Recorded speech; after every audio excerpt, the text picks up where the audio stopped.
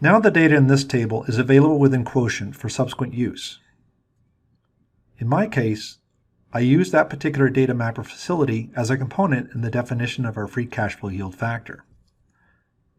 I will now show you the details of the implementation of that factor that I had backtested earlier.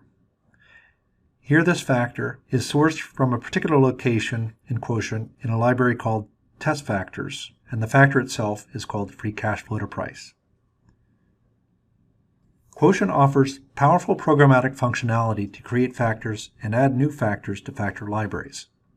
In this case, I'm showing you how we actually implemented the free cash flow yield factor using the Python language. Here you will see we're referencing the WorldScope library as a fundamental data source. I'm referencing the quarterly operating cash flow from the cash flow statement. I'm then subtracting the cash dividends paid on a quarterly basis, as well as the CapEx that was spent as reported in the cash flow statement.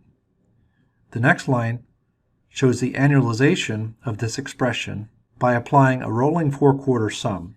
Then I calculate the actual free cash flow yield by taking the ratio of the trailing 4-quarter sum divided by the market cap that is sourced from our local table through the data mapper that I showed you earlier.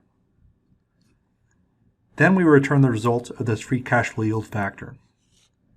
And now that factor is available as part of our data environment. It shows up here.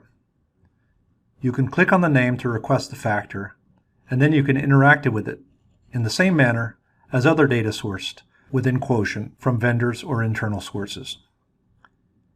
We refer to items within Quotient that have a computational definition as derived content. These are the steps that I performed in Quotient to define the free cash flow yield factor.